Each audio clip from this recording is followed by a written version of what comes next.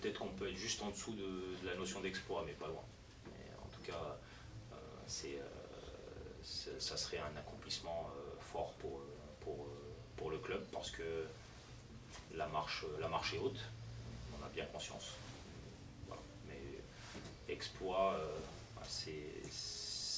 en fait, c'est un mot qui aurait pu être utilisé avant la saison passée, en se disant est-ce que si le HAC finit champion de Ligue 2, c'est un exploit.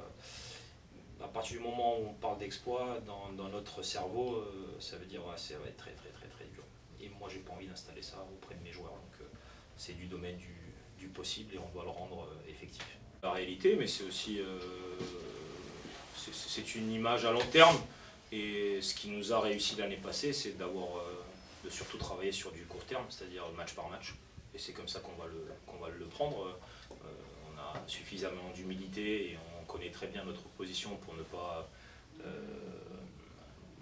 ne pas avoir d'objectifs irréalistes. Mais par contre, rien ne nous empêche de travailler à fond tous les jours et d'essayer de remporter chaque rencontre. C'est juste sur ça qu'on se pose et puis on verra où ça nous mène. Mais on n'a jamais manqué d'analyse, d'objectivité dans les analyses. On ne va pas commencer maintenant, donc on démarre comme ça et puis surtout on se focalise à gagner les matchs qui arrivent. Avec une marge d'erreur très faible, beaucoup plus faible qu'en Ligue 2.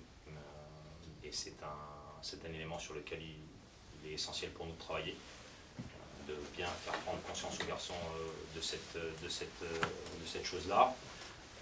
Beaucoup de très bons entraîneurs en termes de stratégie et puis forcément énormément de talent. Donc un championnat de puissance, de duel, mais aussi d'intelligence stratégique, j'ai envie de dire. Nous devons être au niveau aussi bien le staff que les joueurs. Le Paris Saint-Germain reste le grand favori pour vous?